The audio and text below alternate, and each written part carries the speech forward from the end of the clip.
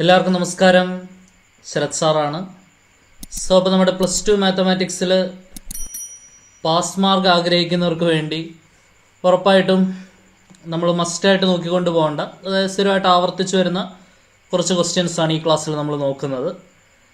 അതായത് ഏകദേശം ഒരു 18 മാർക്ക് 20 മാർക്ക് റേഞ്ചിൽ സ്കോർ ചെയ്യാൻ പറ്റിയ നല്ല നല്ല കുറച്ച് ക്വസ്റ്റ്യൻസ്. ഓക്കെ, ഈ ഒരു പാറ്റേണിലുള്ള ക്വസ്റ്റ്യൻസ് നോക്കിയിട്ടേ നിങ്ങൾക്ക് പരീക്ഷയ്ക്ക് പോകാവുള്ളൂ. സ്ഥിരം ചോദിക്കുന്ന ക്വസ്റ്റ്യൻസ് ആണ്. ഓൾറെഡി മോസ്റ്റ് റിപ്പീറ്റഡ് പാറ്റേണിൽ വരുന്ന ഒരുപാട് ക്വസ്റ്റ്യൻ നമ്മൾ ചെയ്ത് കഴിഞ്ഞു. നിങ്ങൾ ചാനലിൽ നോക്കുക, ഒരുപാട് ഇമ്പോർട്ടൻ്റ് ആയിട്ടുള്ള ക്വസ്റ്റ്യൻസ് അടങ്ങുന്ന വീഡിയോസ് അവൈലബിൾ ആണ്. അപ്പോൾ അതെല്ലാം കറക്റ്റായിട്ട് കണ്ട് പഠിക്കുക, ഉയർന്ന സ്കോർ തന്നെ നേടാൻ സാധിക്കും. ഓക്കെ, ഇപ്പോൾ പബ്ലിക് എക്സാമിന് വൺ ഓഫ് ദ പ്രെഡിക്റ്റബിളിൽ വെക്കാവുന്ന ഒരു ചോദ്യം, ഒരു ഫംഗ്ഷൻ തന്നിട്ട് ബൈജക്റ്റീവ് ആണെന്ന് കാണിക്കുക ആൻഡ് അതിൻ്റെ ഇൻവേഴ്സ് കണ്ടുപിടിക്കുക. ശ്രദ്ധിച്ചിരിക്കണേ, ചോദ്യത്തിൻ്റെ എ പാർട്ട് ബൈജക്റ്റീവ് ആണെന്ന് പറഞ്ഞാൽ അത് എന്താണെന്ന് കാണിക്കണം, 1 ആണെന്ന് കാണിക്കണം. അതിനോടൊപ്പം തന്നെ ഓൺ 2 ആണെന്ന് കാണിക്കണം. ഇത് രണ്ടും ആണെന്ന് കാണിച്ചാലേ നമുക്ക് ബൈജക്റ്റീവ് ആണെന്ന് പറയാൻ പറ്റുള്ളൂ. അപ്പോൾ ആദ്യമേ തന്നെ നമുക്ക് 1 ചെക്ക് ചെയ്യാൻ നോക്കാം അല്ലേ. 1 ചെക്ക് ചെയ്യാം. എഫ് ഓഫ് എക്സ് എന്ന് പറയുന്നത് 4x + 3 ആണ്. 1 ആവാനുള്ള കണ്ടീഷൻ എന്താണ്? F of x1 = F of x2 ചെയ്യുമ്പോൾ F of x1 = F of x2 ചെയ്യുമ്പോൾ സോൾവ് ചെയ്ത് വരുമ്പോൾ എനിക്ക് എന്ത് കിട്ടണം? x1 = x2 കിട്ടണം. അങ്ങനെയാണെങ്കിൽ 1 ആണെന്ന് പറയാം, ശരിയല്ലേ? അതായത് 4x1 + 3 = എഫ് ഓഫ് x2 എന്ന് പറഞ്ഞാൽ 4x2 + 3. ഓക്കെ, 3യും 3യും നമുക്ക് ക്യാൻസൽ ചെയ്യാം. അതായത് 4x1 = എന്ത് കിട്ടും? 4x2, ശരിയല്ലേ? 4x1 = 4x2. 4ഉം 4ഉം ക്യാൻസൽ ചെയ്യാം. x1 = x2. സോ അപ്പോൾ നമുക്ക് എന്ത് പറയാൻ പറ്റി? F of x1 = F of x2 implied that x1 = x2. F of x1 = F of x2 ചെയ്തപ്പോൾ എനിക്ക് x1 = x2 കിട്ടി. ദെർഫോർ എഫ് എന്ന് പറയുന്ന ഫംഗ്ഷൻ എന്താണെന്ന് പറയാം? 1 ആണ് എന്ന് നമുക്ക് പറയാം. ഓക്കെ, ഇനി അടുത്ത ഓൺ 2 ചെക്ക് ചെയ്ത് നോക്കണം. ഓൺ 2 ചെക്ക് ചെയ്യുന്നതിൻ്റെ ഭാഗമായിട്ട് നമ്മൾ റേഞ്ച് കണ്ടുപിടിക്കണം അല്ലേ. എഫ് ഓഫ് എക്സിനെ വൈയുമായിട്ട് ഇക്വേറ്റ് ചെയ്യുക. എഫ് ഓഫ് എക്സ് എന്ന് പറയുന്ന ആരാണ്? 4x + 3 = y. അവിടുന്ന് 4x = y - 3. അവിടുന്ന് x = y - 3/4 അല്ലേ. ഈ എക്സിന് കിട്ടുന്ന വാല്യൂ ആണ് നമ്മുടെ സെക്കൻഡ് പാർട്ടിൻ്റെ ആൻസർ, എഫ് ഇൻവേഴ്സ് എന്ന് പറയുന്നത്. ഓക്കെ, ഇനി നിങ്ങൾ നോക്കാം, വൈയുടെ സ്ഥാനത്തോട്ട് ഏത് റിയൽ നമ്പർ കൊടുത്താലും, നമ്മുടെ കോഡൊമൈൻ ആയിട്ടുള്ള റിയൽ നമ്പേഴ്സിലെ ഏത് റിയൽ നമ്പർ കൊടുത്താലും എനിക്ക് കിട്ടുന്ന എക്സിൻ്റെ വില ഒരു റിയൽ നമ്പർ തന്നെയാണ്. ദെർഫോർ നമ്മുടെ റേഞ്ച് എന്ന് പറയുന്നത് എന്താണെന്ന് പറയാം? റിയൽ നമ്പർ ആണെന്ന് പറയാം. കാരണം റിയൽ നമ്പർ അല്ലാണ്ട് വരണമെങ്കിൽ ഡിവിഷൻ ബൈ 0 വരണം, അല്ലെങ്കിൽ റൂട്ടിനുള്ളിൽ നെഗറ്റീവ് വരണം, അല്ലെങ്കിൽ ലോഗിനുള്ളിൽ നെഗറ്റീവ് വരണം. അതൊക്കെയാണ് നോട്ട് ഡിഫൈൻഡ് അല്ലെങ്കിൽ റിയൽ നമ്പർ അല്ല എന്ന് പറയുന്ന കേസുകൾ. ഇവിടെ ആ പ്രശ്നങ്ങളൊന്നുമില്ല. ഡിവിഷൻ ബൈ 4 ആണ്, ഡിവിഷൻ ബൈ 0 വരാൻ ഒരു സാധ്യതയില്ല. ഓക്കെ, സോ ഏത് റിയൽ നമ്പർ കൊടുത്താലും കിട്ടുന്നത് റിയൽ നമ്പർ തന്നെയാണ്. സോ അതുകൊണ്ട് തന്നെ റേഞ്ച് റിയൽ നമ്പർ ആണ്. ആൻഡ് കോഡൊമൈൻ എന്താണ്? കോഡൊമൈനും റിയൽ നമ്പർ തന്നെയാണ് അല്ലേ. ഇപ്പോൾ F such that A to B ആണെങ്കിൽ ആ ബി സെറ്റിനെ വിളിക്കുന്ന പേരാണ് കോഡൊമൈൻ. ഇവിടെ ബി സെറ്റ് റിയൽ നമ്പർ ആണ്. സോ കോഡൊമൈനും റിയൽ നമ്പർ ആണ്. സോ കോഡൊമൈൻ = എന്താണെന്ന് പറയാം? റേഞ്ച് ആണെന്ന് പറയാം അല്ലേ. കോഡൊമൈൻ = റേഞ്ച് ആണെന്ന് പറയാം. ദെർഫോർ എഫ് ഈസ് എന്താണ്? ഓൺ 2. ഫംഗ്ഷൻ എന്താണെന്ന് മനസ്സിലായി? ഓൺ 2 ആണ് എന്ന് മനസ്സിലായി. അപ്പോൾ ഫംഗ്ഷൻ 1 ആണ്, ഓൺ 2 ആണ്. സോ അതുകൊണ്ട് തന്നെ എഫ് ഈസ് ബൈജക്റ്റീവ് എന്ന് എഴുതി കൺക്ലൂഡ് ചെയ്യാം. ഇത് രണ്ടും ആയതുകൊണ്ട് ഫംഗ്ഷൻ എന്താണ്? ബൈജക്റ്റീവ് ആണ്. 1 ഓൺ 2 ആയതുകൊണ്ട് നമുക്ക് ബൈജക്റ്റീവ് ആണ് എന്ന് പറയാം. ബൈജക്റ്റീവ് ആണെങ്കിൽ ഇൻവേഴ്സ് കണ്ടുപിടിക്കാനാണ് ബി പാർട്ടിൽ പറയുന്നത്. എ പാർട്ടിൻ്റെ ഉത്തരമാണ്. ബി പാർട്ടിൻ്റെ ഉത്തരം എന്ത് പറയും? ഇൻവേഴ്സ് എങ്ങനെ കണ്ടുപിടിക്കാം? ഇൻവേഴ്സ് എന്ന് പറയുന്നത് എക്സിൻ്റെ വിലയാണ് ഇൻവേഴ്സ്. x = y - 3/4 നമുക്ക് നേരത്തെ കിട്ടിയിരുന്നു. അപ്പം എഫ് ഇൻവേഴ്സ് എക്സിൻ്റെ ടേംസിൽ തന്നെ എഴുതുകയാണെങ്കിൽ y മാറ്റി x ആക്കണം. x - 3/4 അല്ലേ. എഫ് ഇൻവേഴ്സ് x എന്ന് പറഞ്ഞാൽ x - 3/4. ഇതാണ് അതിൻ്റെ ഇൻവേഴ്സ് എന്ന് പറയുന്നത്. ക്ലിയർ ആണെന്ന് വിചാരിക്കുന്നു. സെറ്റ് അല്ലേ? ഇനി അടുത്തൊരു ചോദ്യം നോക്കാം. Construct A 3/3 matrix. ഒരു 3/3 മെട്രിക്സ് കൺസ്ട്രക്ട് ചെയ്യണം. whose I, jth element is given by aij = 2i - j. Okay, നോക്കിക്കോ, എങ്ങനെ കൺസ്ട്രക്ട് ചെയ്യാം? ആദ്യമേ ജനറലായിട്ട് ഒരു 3x3 മെട്രിക്സ് എഴുതാം. എന്താണ്? A11, A12, A21, A22, A31, A32, A33. Okay, നിങ്ങൾക്കറിയാം A11, A12, A13, A21, A22, A23, A31, A32, A33. ഇതാണ് ഒരു 3x3 മെട്രിക്സ്. അതിലെ AIJ നമുക്ക് ക്വസ്റ്റ്യനിൽ തന്നിട്ടുണ്ട്. 2i മൈനസ് j ആണ്. ഓരോന്നായിട്ട് കണ്ടുപിടിക്കാമല്ലോ. A11 എന്ന് പറഞ്ഞാൽ ഐക്ക് 1 കൊടുക്കുക, ജെക്ക് 1 കൊടുക്കുക. 2 × 1 - 1 ആൻസർ 1 കിട്ടും. A12 എന്ന് പറഞ്ഞാൽ 2 × 1 - 2 ആൻസർ 0 കിട്ടും. A13 എന്ന് പറഞ്ഞാൽ 2 × 1 - 3 ആൻസർ -1 കിട്ടും. അതേപോലെ എല്ലാ എലമെന്റ്സും കണ്ടുപിടിക്കുക. A33 വരെ കണ്ടുപിടിക്കുക. സോ A33 വരെ കണ്ടുപിടിച്ച് നമുക്ക് മെട്രിക്സ് ഫോം ചെയ്യുമ്പോൾ ഇങ്ങനെയാണ് ആൻസർ കിട്ടുക. 1 0 - 1 3 2 1 ആൻഡ് 5 4 3. ഇതെല്ലാവർക്കും ചെയ്യാൻ അറിയാം, ഇമ്പോർട്ടൻ്റ് ആണ്, ഈസി ആയിട്ട് മാർക്ക് സ്കോർ ചെയ്യാൻ പറ്റും. ആൻഡ് അതിൻ്റെ സെക്കൻഡ് പാർട്ടിൽ അവർ പറയുന്നത് ഒരു മോസ്റ്റ് റിപ്പീറ്റഡ് ആയിട്ടുള്ള ക്വസ്റ്റ്യൻ ആണ്. ഒരു മോസ്റ്റ് റിപ്പീറ്റഡ് ആയിട്ടുള്ള ക്വസ്റ്റ്യൻ ആണ് അതിൻ്റെ സെക്കൻഡ് പാർട്ടിൽ പറയുന്നത്. ആ ഒരു മെട്രിക്സിനെ ഒരു സിമെട്രിക് മെട്രിക്സിൻ്റെയും ഒരു സ്ക്യൂ സിമെട്രിക് മെട്രിക്സിൻ്റെയും സമ്മായിട്ട് റെപ്രസെൻ്റ് ചെയ്യാനാണ് പറയുന്നത്. Express that matrix as the sum of A symmetric and skew symmetric matrix. എങ്ങനെ റെപ്രസെൻ്റ് ചെയ്യാം നോക്കിയോ, ശ്രദ്ധിച്ചിരിക്കുക. ഒരു സിമെട്രിക് മെട്രിക്സ് എന്ന് പറഞ്ഞാൽ എല്ലായ്പ്പോഴും 1/2 × A + A ട്രാൻസ്പോസ് എന്ന് പറഞ്ഞാൽ എല്ലായ്പ്പോഴും ഒരു സിമെട്രിക് മെട്രിക്സ് ആയിരിക്കും. 1/2 × A - A ട്രാൻസ്പോസ് എന്ന് പറഞ്ഞാൽ എല്ലായ്പ്പോഴും അതൊരു സ്ക്യൂ സിമെട്രിക് മെട്രിക്സ് ആയിരിക്കും. അപ്പോൾ ഈ സിമെട്രിക് മെട്രിക്സും സ്ക്യൂ സിമെട്രിക് മെട്രിക്സും കൂടെ കൂട്ടിയാൽ, ഇത് രണ്ടും കൂടെ കൂട്ടിയാൽ എനിക്ക് A കിട്ടും. ഓക്കെ, ആ ഒരു ലോജിക്കാണ് നമ്മൾ ഉപയോഗിക്കുന്നത്. ആദ്യമേ നമ്മൾ A എഴുതി. A ട്രാൻസ്പോസ് എടുക്കാൻ അറിയാമല്ലോ. ഫസ്റ്റ് റോ ഫസ്റ്റ് കോളം ആക്കുക. ഫസ്റ്റ് റോ 1 0 - 1, അത് ഫസ്റ്റ് കോളം ആക്കി 1 0 - 1. സെക്കൻഡ് റോ 3 2 1, അത് സെക്കൻഡ് കോളം ആക്കി 3 2 1.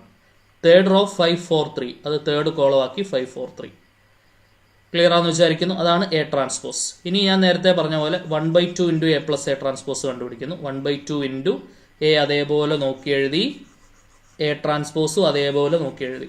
എന്നിട്ട് കൂട്ടാൻ അറിയാമല്ലോ. 1 1 2, 0 3 3, -1 5 4, 3 0 3, 2 2 4, 4 1 5, 5 1 കുറച്ച് 4, 4 1 5, 3 3 6. അപ്പോൾ 1/2 ഉണ്ട്, അത് ഉള്ളിലേക്ക് കൊടുക്കണമെന്നില്ല.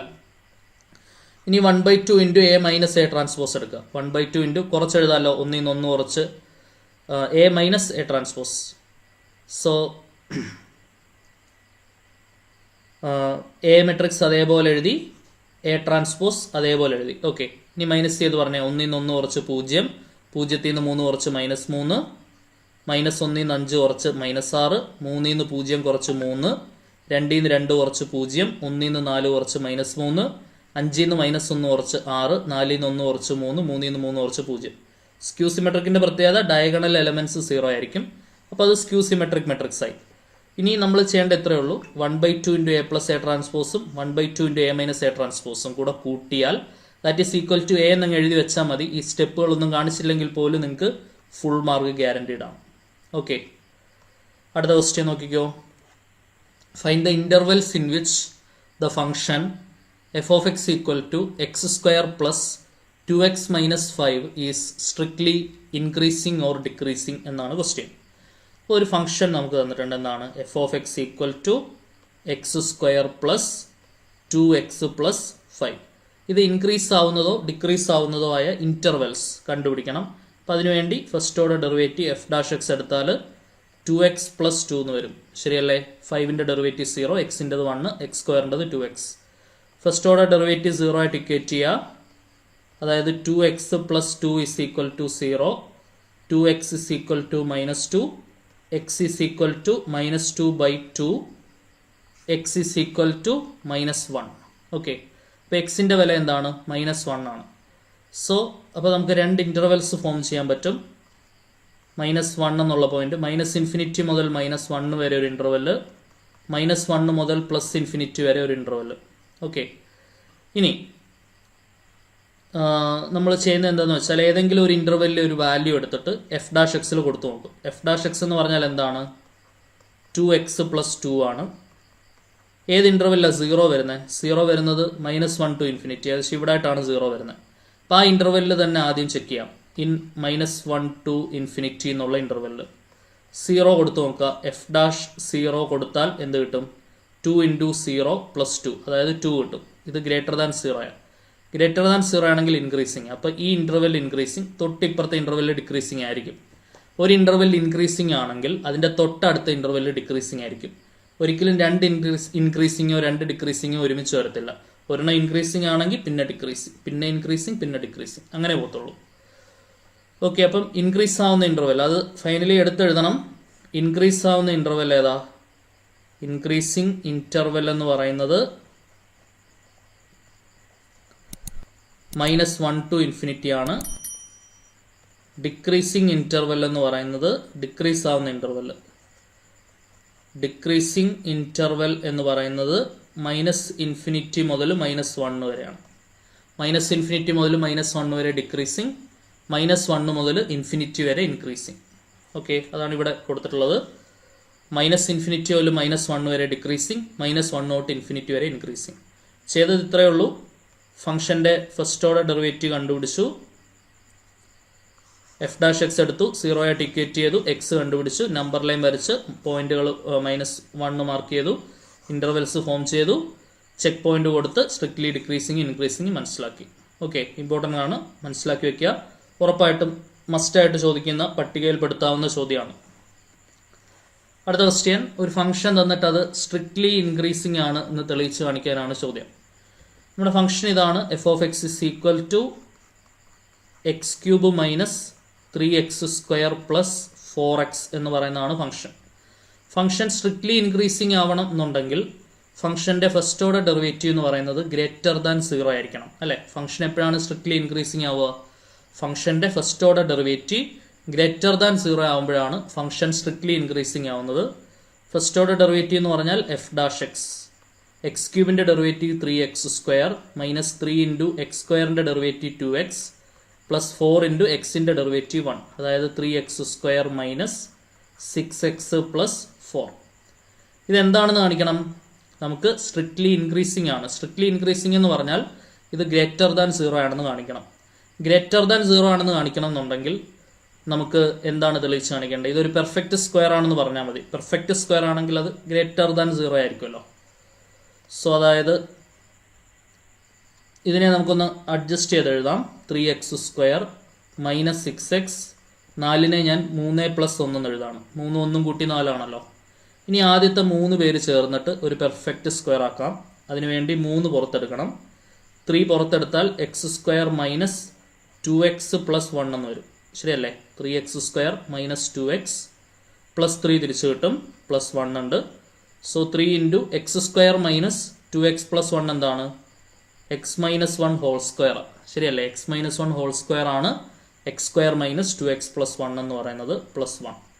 ഇനി നിങ്ങൾ നോക്കി, എക്സിന് ഏത് വില കൊടുത്താലും, എക്സിന് 1 കൊടുത്താൽ അത് 0 ആവും, പക്ഷെ ഒരു 1 കൂട്ടുമ്പോൾ അത് >0 ആണ്.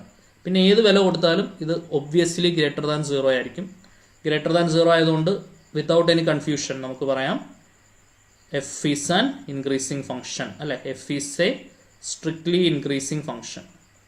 സ്ട്രിക്ട്ലി ഇൻക്രീസിങ് ഫംഗ്ഷൻ, അതൊരു സ്ട്രിക്ട്ലി ഇൻക്രീസിങ് ആയിട്ടുള്ള ഫംഗ്ഷനാണ് എന്ന് നമുക്ക് കൺഫേം ചെയ്ത് പറയാം. ഓക്കെ, അടുത്ത ക്വസ്റ്റ്യൻ നോക്കിയോളൂ. Find the area enclosed by the curve x² + y² = a². x² + y² = a² എന്ന് പറഞ്ഞാൽ എന്താണ് സംഭവം? അതൊരു സർക്കിളാണ്, അല്ലേ? സെൻറ്റേഡ് അറ്റ് ഒറിജിനും റേഡിയസ് എയുമായിട്ടുള്ള ഒരു സർക്കിളാണ്, അല്ലേ? റേഡിയസ് എയുമായിട്ടുള്ള ഒരു സർക്കിളാണ് x² + y² = a² എന്ന് പറയുന്നത്. ഓക്കെ, അപ്പം നമ്മൾ എന്താ ചെയ്യുന്നത്? ഇതിൻ്റെ ഫസ്റ്റ് ക്വാഡ്രൻറ്റിലെ ഏരിയ കണ്ടുപിടിക്കുന്നു. ഏരിയ കണ്ടുപിടിക്കാൻ ഉപയോഗിക്കുന്ന ഇക്വേഷൻ അറിയാമല്ലോ. ഏരിയ = നമ്മുടെ മോഡലിന് എലിപ്സ് വന്നുകൊണ്ടാണ് സർക്കിൾ ഒന്നുകൂടെ ഒന്ന് ഫോക്കസ് ചെയ്ത് പഠിക്കുക. മോഡലിന് എലിപ്സ് ആയതുകൊണ്ട് മേ ബി പബ്ലിക് എക്സാമിന് സർക്കിൾ ചോദിക്കാൻ സാധ്യതയുണ്ട്. ഏരിയ എന്താണ്? ഇൻ്റഗ്രൽ 0 മുതൽ a വരെ y/dx, അല്ലേ? ഇൻ്റഗ്രൽ 0 മുതൽ a വരെ y/dx ആണ് ഇൻ്റഗ്രേറ്റ് ചെയ്യുന്നത്. ഇൻ്റഗ്രൽ 0 to a വൈ കണ്ടുപിടിക്കാമല്ലോ. X square plus Y square a square ആണ്. അവിടുന്ന് വൈ സ്ക്വയർ എന്ത് വരും? A square minus X square. Y is equal to root of A square minus X square. വൈയുടെ value substitute ചെയ്യുക. Root of A square minus X square d x. ഇത് ഇൻ്റഗ്രൽസിൽ നമ്മൾ റിസൾട്ടായിട്ട് പഠിക്കുന്നതാണ്. എന്താണ്? Integral root of A square minus X square d x is equal to X by two root of A square minus X square plus A square by two sine inverse X by A. ഇതാണ് നമ്മുടെ result. Apply ചെയ്യുമ്പോൾ X by two root of A square minus X square plus A square by two sine inverse X by A. എവിടെ മുതൽ എവിടെ വരെ? 0 മുതൽ A വരെ അല്ലേ? 0 മുതൽ എ വരെ. ഇത് ഏരിയ ഓഫ് ഷെയ്ഡഡ് പോർഷൻ ആണ് കേട്ടോ. ഷെയ്ഡഡ് പോർഷൻ്റെ ഏരിയ മാത്രമാണ് കണ്ടുപിടിക്കുന്നത്. ടോട്ടൽ സർക്കിളിൻ്റെ ഏരിയ കണ്ടുപിടിക്കണമെങ്കിൽ സിമെട്രിക് ആയിട്ടുള്ള ഫിഗർ ആണിത്. ഫസ്റ്റ് ക്വാഡ്രൻറ്റിൽ കിട്ടുന്ന ഏരിയ അതേ ഏരിയ തന്നെ ആയിരിക്കും ബാക്കിയുള്ള എല്ലാ ക്വാഡ്രൻറ്റുകളിലും. So 4 into first area in first quadrant ആണ് ടോട്ടലി ആ സർക്കിളിൻ്റെ ഏരിയ വരിക. ഇവിടെ നമ്മൾ ലിമിറ്റ് കൊടുക്കുമ്പോൾ അപ്പർ ലിമിറ്റ് കൊടുക്കുമ്പോൾ എക്സിൻ്റെ സ്ഥാനത്ത് എ വരുമ്പോൾ root A square minus A square 0 ആയി പോവും. ബാക്കി A square by two sine inverse A by A എന്നുള്ളത് 1 വരും. ലോവർ ലിമിറ്റ് കൊടുക്കുമ്പോൾ എക്സിന് 0 കൊടുത്താൽ അത് 0 ആവും. സൈൻ ഇൻവേഴ്സ് 0യും 0 ആണ്. So A square by two sine inverse 1 എന്ന് പറഞ്ഞാൽ പൈ ബൈ ടു.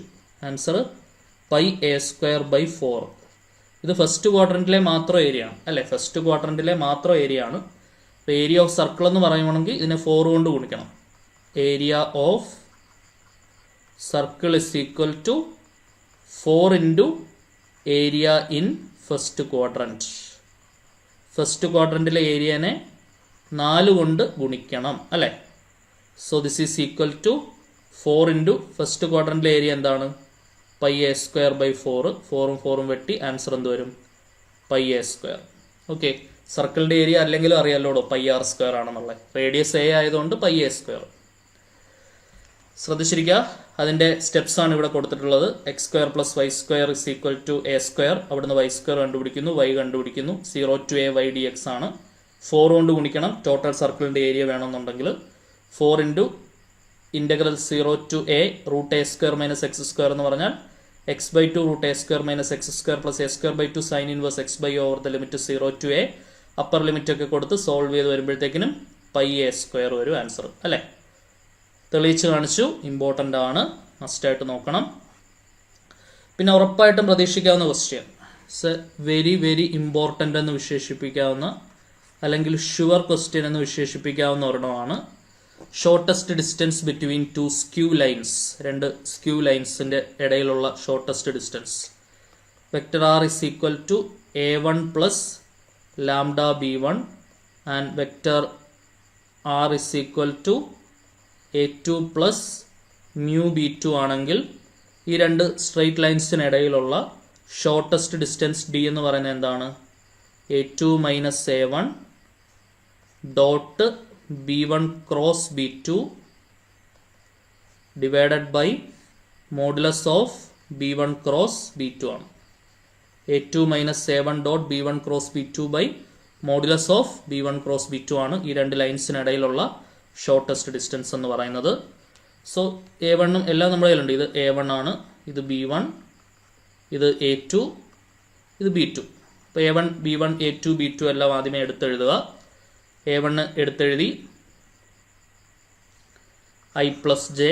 b1 എന്ന് പറഞ്ഞാൽ 2i minus J plus K. a2 എന്ന് പറഞ്ഞാൽ 2i plus J minus K. b2 എന്ന് പറഞ്ഞാൽ 3i minus 5j plus 2k.